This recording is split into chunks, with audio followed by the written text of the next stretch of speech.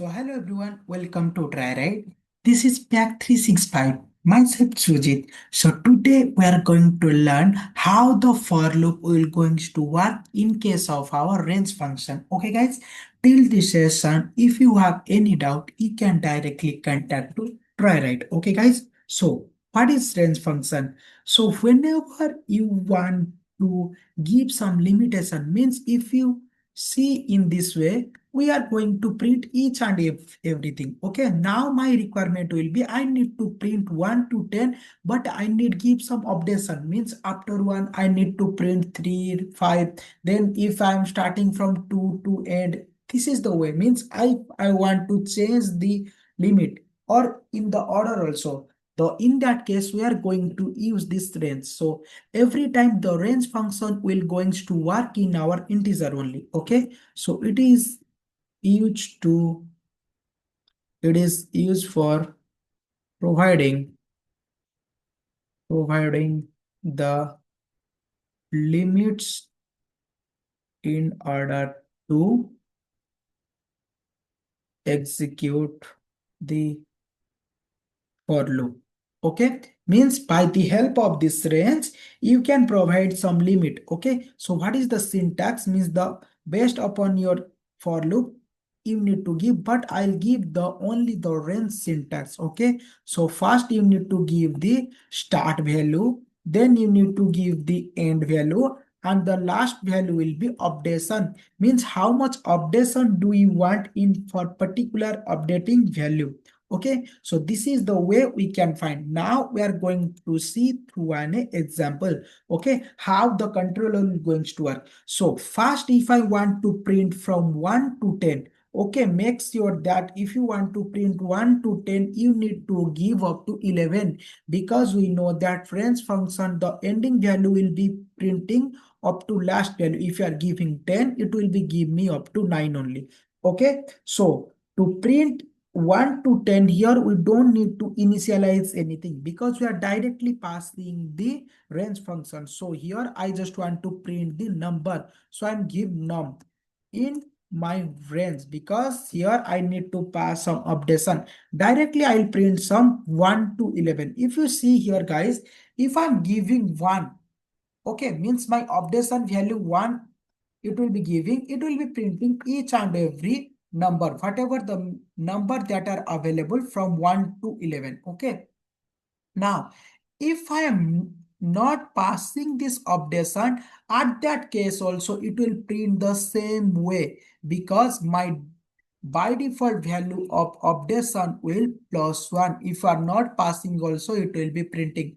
But if you want to print only odd number, okay, in that case you need to give the updation value as 2, but make sure that the starting value will be 1, because we know that 1 is a odd value. That's why if you are giving like that, then it will be give me 1 3 5 7, because the iteration will going to happen like that. First it will be printing 1, then it will be checking the condition that 11 means 1 less than up to 11. Yeah, it's correct. Then it will be printing. After it's printing, it will be come to my updation value, means what is my updation. First it will printing, then only it will be comes to here. So it will be telling that it will be 2, so 1 plus 2 will be 3. So directly my starting value will be converted into 3. So this is the way the iteration will going to work. Now if I'm giving the 3 updation, so the updating value will be go to 2 to 3, means first it will be printing 1, then it will be directly printing 4, then it will be directly printing 7. So this is the way we can printing. Okay, now the next range I want to print will be -1 to 10, means if I want to print from -1 to 10, so in that case how it going to happen, we are going to see now. So first guys, my requirement will be I need to start from -1, so my last value will be -10. So I need to give up to +1, so means -11. Here the updation value must be -1. If you are giving +1, then it will be printing 102. Okay, so make sure that you need to give your updation value based upon your condition. Now if I'm going to print this one, means the number, means the variable name, so here it will be printing from -1 to -10, because my last index value will be -11. So this is the way we can printing. So now we are going to print some condition based question, means by the help of our range function only we are going to give some condition. On that note, I want to printing. Okay, so the next question will be, I need to give the question.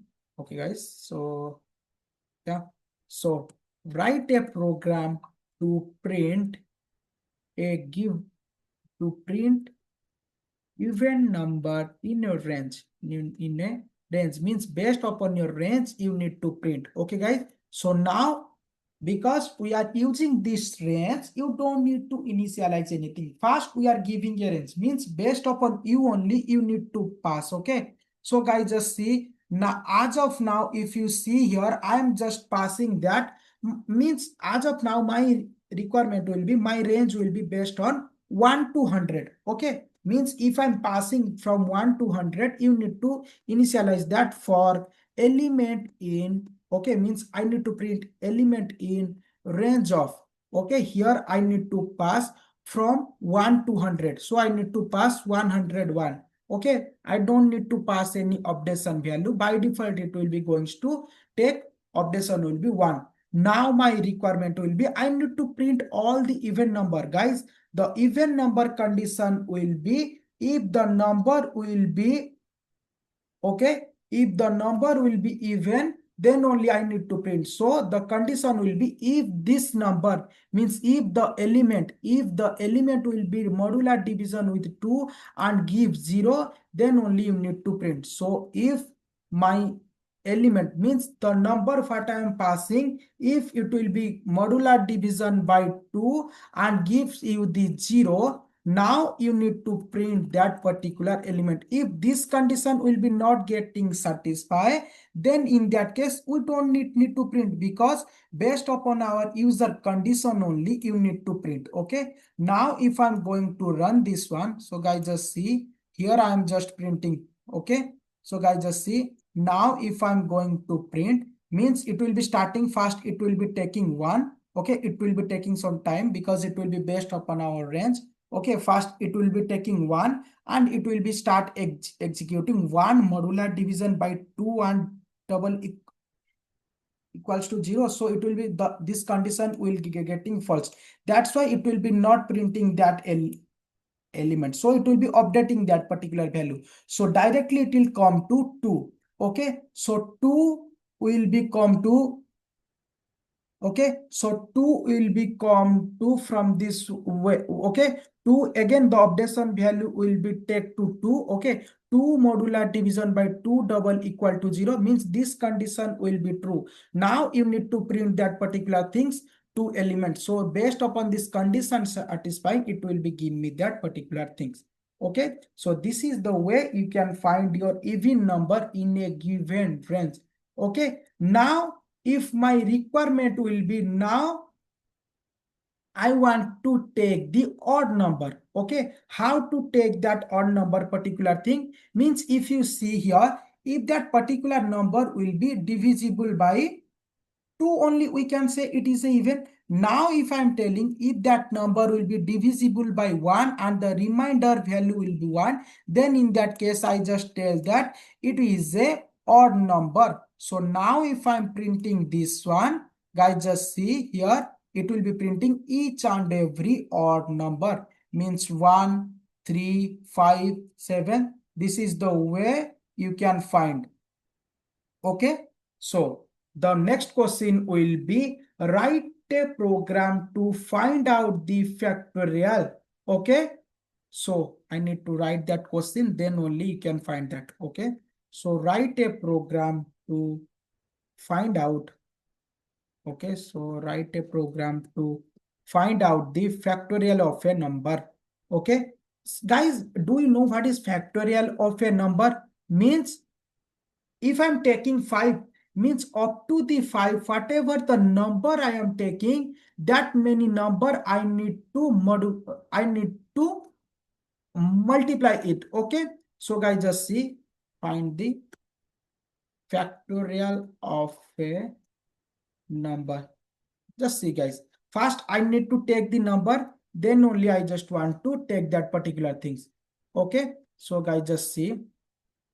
So here we are using that particular user input. Okay. So I need to take my variable as num. Here I need to pass. Okay. Because here I want the number as in my integer. Here I need to use my input function. After I hit click on my input function, I need to pass enter the number, because an input will be take the input as in the string. After that, you need to give, means if I want to form of my integer, I need to typecast. Okay. Now I just want to give the logic to this factorial. Factorial means whatever the number you are taking, up to that number you need to we can say that multiply. Okay guys, just see here I am taking as my input as 5. Okay, up to 5 means if I'm taking 1 2, means up to 5, 1 2, then 3, then 4, then 5. Okay, means up to 5 I need to multiply each and every number. Okay, 1 into 2, then whatever the result I need to multiply again here, then again I need to. So if you see here, every time I need to store that particular number, then only I just need to add. Because if you see here, 1 into 2, it will give 2. Again, I just want to multiply 2 into 3. It will be give me 6. Okay, 6 into 4. Just like that, I need to multiply. So every time I just want to take a extra variable. So in that case, I need to give that sum variable. It will be starting from 1. Okay. So guys, now I need to run a for loop, because every time I need to generate that number. Okay. Guys, if you see, if here I am taking my range function, it will be going to work. So guys, just see here I am not taking 0. Why?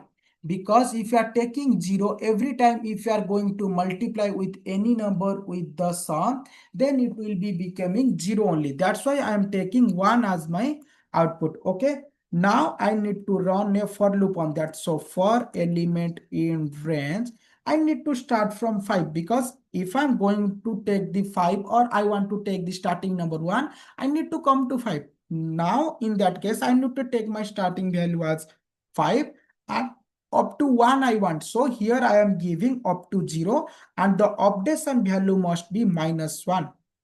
Here, I need to add every time with this, means we need to multiply whatever the number we are finding. After it will become, we need to sum that particular thing. Whatever the multiplication will going to available, we are going to print now. Now, if I am printing this one, so it will be give me the factorial of a number. So first I need to give the enter a number from user. Now, if you see, it will be give me 120 as my output. If you want to calculate by default also, it will give the same output. If you see here, 1 into 2. Okay, so here we need to write 1 into 2, it become 2. Again, 2 into 3. Okay, 2 into 3. So I need to write 2 into 3 into 4 into 5. Okay, now 2 into 3, it's becoming 6. Okay, so again it will be converting like that, 6 into 4 into 5. Okay, again it will be telling that 6 into 4. So 6 into 4 will be 24. So 24 into 5.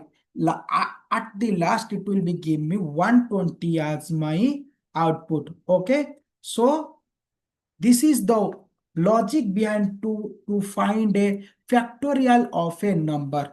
Okay guys, now we are going to see a next coding, okay, based on this loop statement only. Okay, the next question will be, write a program to find a factor of a number. Guys, the next question will be factor means that particular number will be divisible, means if you are taking a number called your 10. Okay, now I need to take up to 10 means first I need to generate up to 10. I need to check that particular 10 number. It will be divisible by 1, 2, 3, 4, 5 like that. So guys, here I'm taking 10 as my number. So first I need to generate up to that number.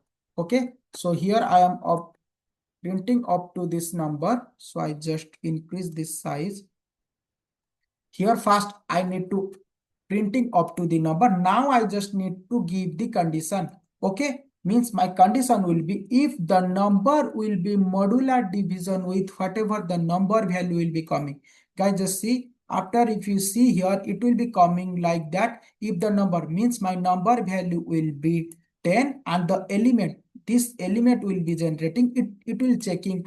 And here if you will be giving me the remainder value, it's becoming 0, then in that case it will be give me every time as my 0 as my output. Okay, now we are going to implement this logic in our coding. Okay, so write a program to find the factor of a number. Okay, first I need to take the number from this user.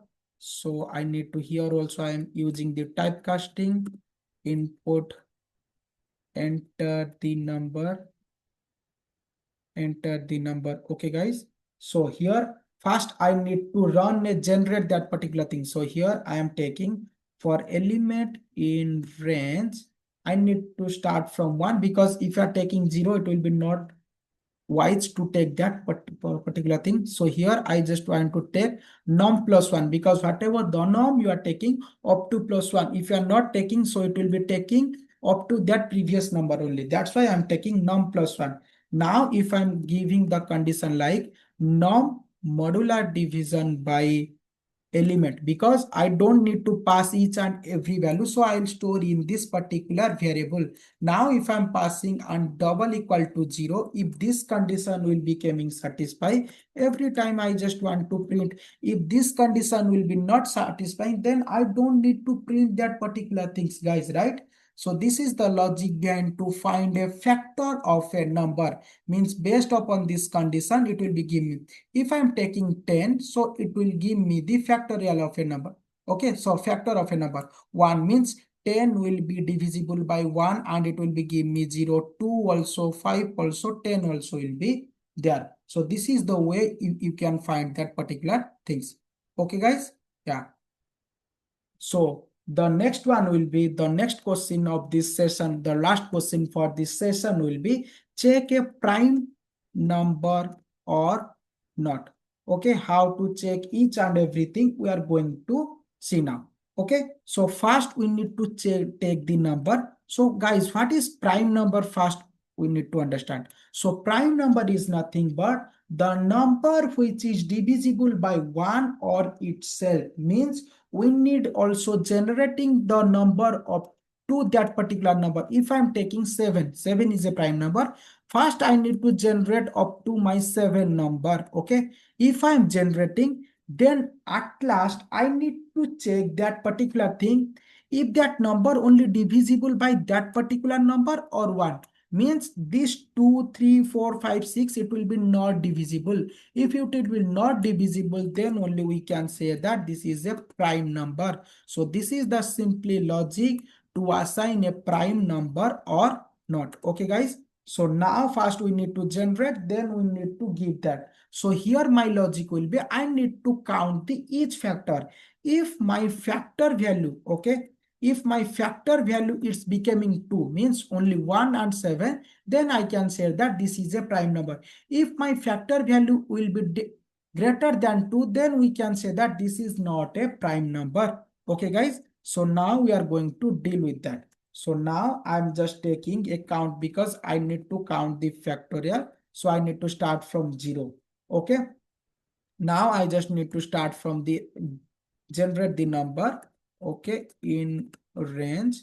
Okay, here I need to start from num plus 1. Okay, now here I need to give the particular this condition, same condition. Okay, element double equal to 0, and here if this number here I am just printing, but I need to update this count value. Okay, so here I am using my C fact plus equal to n. Okay, so this is the opposite of this also.